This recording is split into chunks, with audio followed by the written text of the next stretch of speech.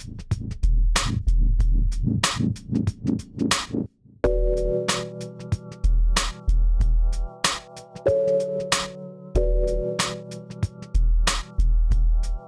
right, so last things last.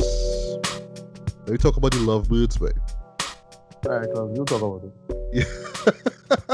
Well, yes. Because even though it having Gil Issa Rae, well, we Gil, I should say, Issa Rae, yeah, we had a fight for she at some point in time. But yeah, it stars Issa Rae and Kumail Nanjiani, who I, well, not the biggest fan of him, but I did enjoy the Big Sick. I actually put that as one of my favorites of 2017, I believe it was. Yeah. So, and I think that was like one of my, I think that was my introduction to him, like, because I never watched, what's the show, Silicon Valley. Right, yo, that's why I didn't follow. Yeah. And of course, Issa Rae, we know her from, HBO's Insecure. I haven't started season 4, right? Yeah, I haven't started that as yet. But yeah, we do for that show to wrap up within the next, how much? What, 3-4 weeks, I think it is? Yeah. Yeah, well, yeah, like I say, I haven't started, but I'll check it out when I get a chance.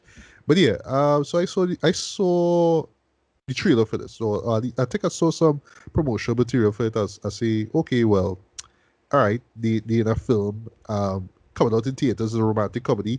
Okay, cool. It'd be interested in seeing, well, African American and a Pakistani American in this show. So it's like just the leads alone had me interested, right? But other than that, I knew nothing about what the premise was about.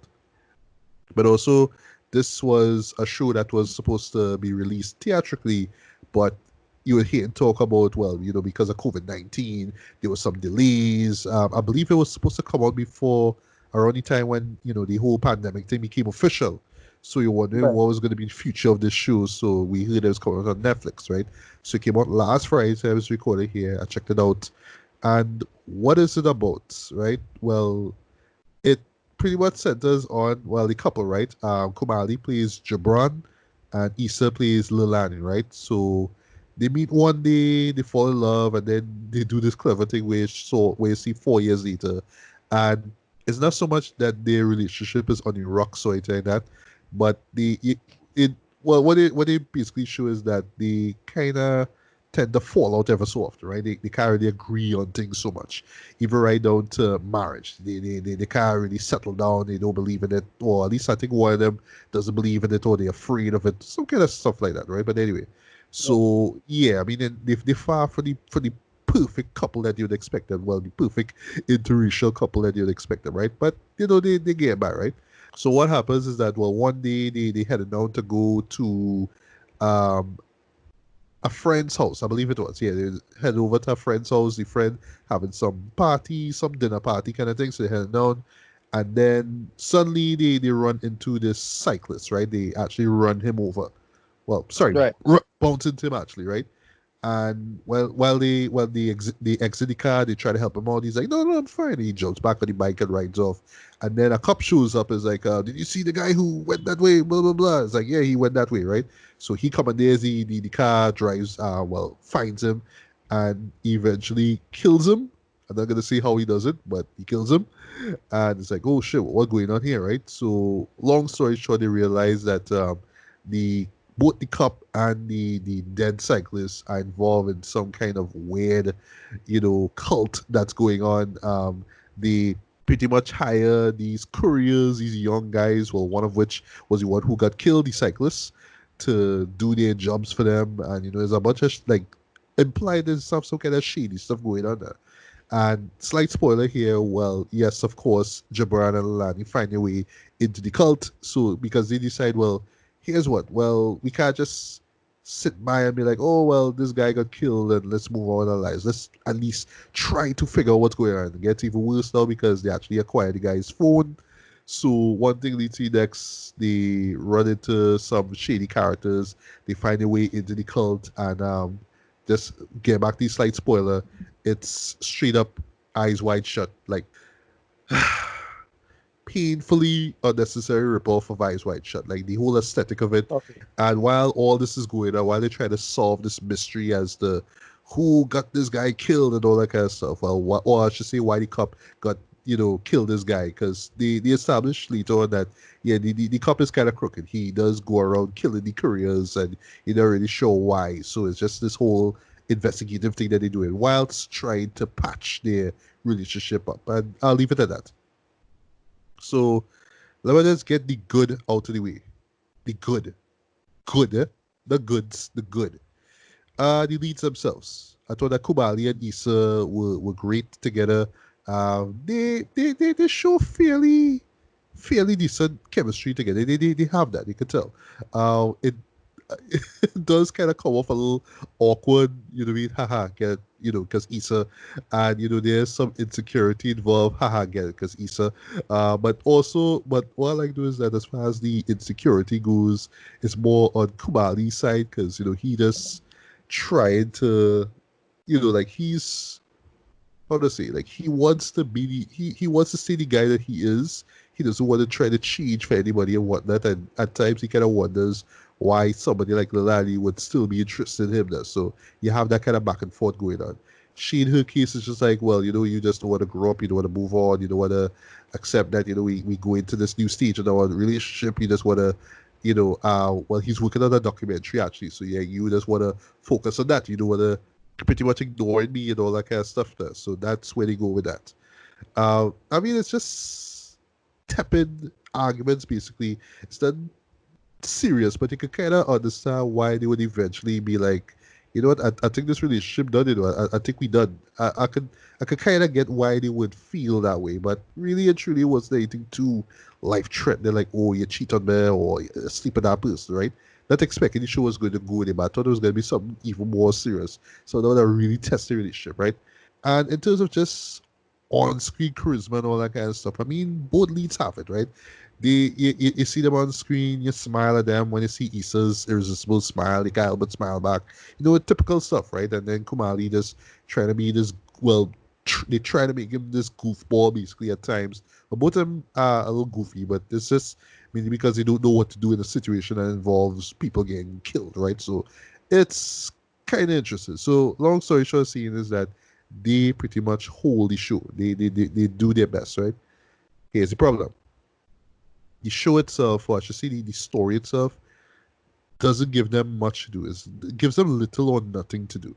So for the word go, I had a feeling that this wasn't just going to be an ordinary romantic comedy. I thought there was going to be something along the lines of okay, so I forgot the name of the show. I think it's with Steve Carell. I think it is Date Night. I think that's the name of it. Where it's, oh, it's this couple and they embroiled in this dark situation that involves murder or whatnot, and they have to stay alive, they have to solve the mystery, they have to, while the relationship being built, being mended, and that kind of vibe. So I was getting that kind of thing, but I felt premise wise the story just didn't give them anything to do.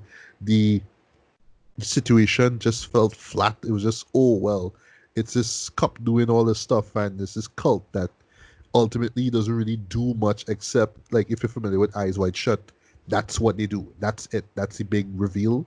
It's nothing. So it's like, was the whole point there, you know what I mean? And I get it. You want to put these characters in a crazy situation, and oh, it's like After Hours basically, like with Martin Scorsese, stuff like that. But you see, like in that film, for example, like shit got dark. In this one, it's not dark at all. It's just there. You know what I mean? It's just, oh well, you know the character's gonna come out of it alive. At no point in time, you got the point that they were going to be killed. You know what I mean? So there was like no tension at all. It's just things happening. I'm just supposed to laugh because of how goofy they move, and there was just nothing really. And then as far as, well, the elements themselves, like, okay, you want to bring in some neo-noir stuff in it, you want to bring in a little thriller in it, you bring a little suspense in it. That didn't do anything for me at all. But here's the worst part about it all, man. And it hurts me to see this. I didn't find the show funny at all. Right. Like, I was just there watching it. I was like, I chuckle a bit, I smile with Issa, a kind of cringe, sorry, when I saw Kumali try to drop some real lame line and whatnot. And I don't know, like, for a romantic comedy of this nature, with those leads, I'm supposed to be at least laughing, though.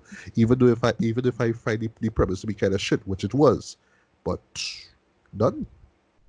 I barely laugh in this trend. So the show couldn't even do that for me. It couldn't even make me laugh, trend. You know what I mean? And as you know, like I know for some people, because this has been getting mixed reviews, and I was actually taking notice of the reviews here. Like they're saying, well, the premise isn't really all that is it's sort of by the numbers, but at least the leads make it worth watching. I kind of understand where they're coming from, but I totally disagree. Mainly because yes, they do have great chemistry together. Yes, they're funny, but but they deserve better material than this. They deserve to be in a better film, journey, in my opinion. So you can't just have two likable leads in a film and expect me to care about the show if the show have nothing to give me. Directed, I mean, it's there. Cinematography, same thing. I mean, it's a very well made show. Don't get me wrong. And Paramount was the studio behind this, so yeah. I mean, money was pumped into this show. I mean, it looks good and whatnot, but even okayish direction and decent enough cinematography and two likable leads can't make up for the fact that the story is just bland, nothing, boring, just empty in my opinion. It wasn't funny. It wasn't suspenseful. It wasn't thrilling. It wasn't even action packed really. Like it was just one or two moments, but not really to speak about really. And even though yes, it came out on Netflix and all that, you don't have to worry about seeing this on the big screen. I actually would have paid money to see this just because of the leads alone. But sorry, they have been in better films, and they need to be in better films than this. Trend. This just felt like an obligation in a sense. Like they just did it just because, and they really could have played off of the whole interracial relationship even more. But the show itself was too lazy, or I'll just say too incompetent, or just unaware of how to even do that. They couldn't even capitalize on the relationship itself. Like think about that for a second. Yeah, yeah. Yeah, Yeah, so wrap it up on you, yeah, you so I'll wrap it up. I'm gonna wrap it up yeah, rating that's what I wise. was. Yeah, decent 2 out of 5. I want my money back.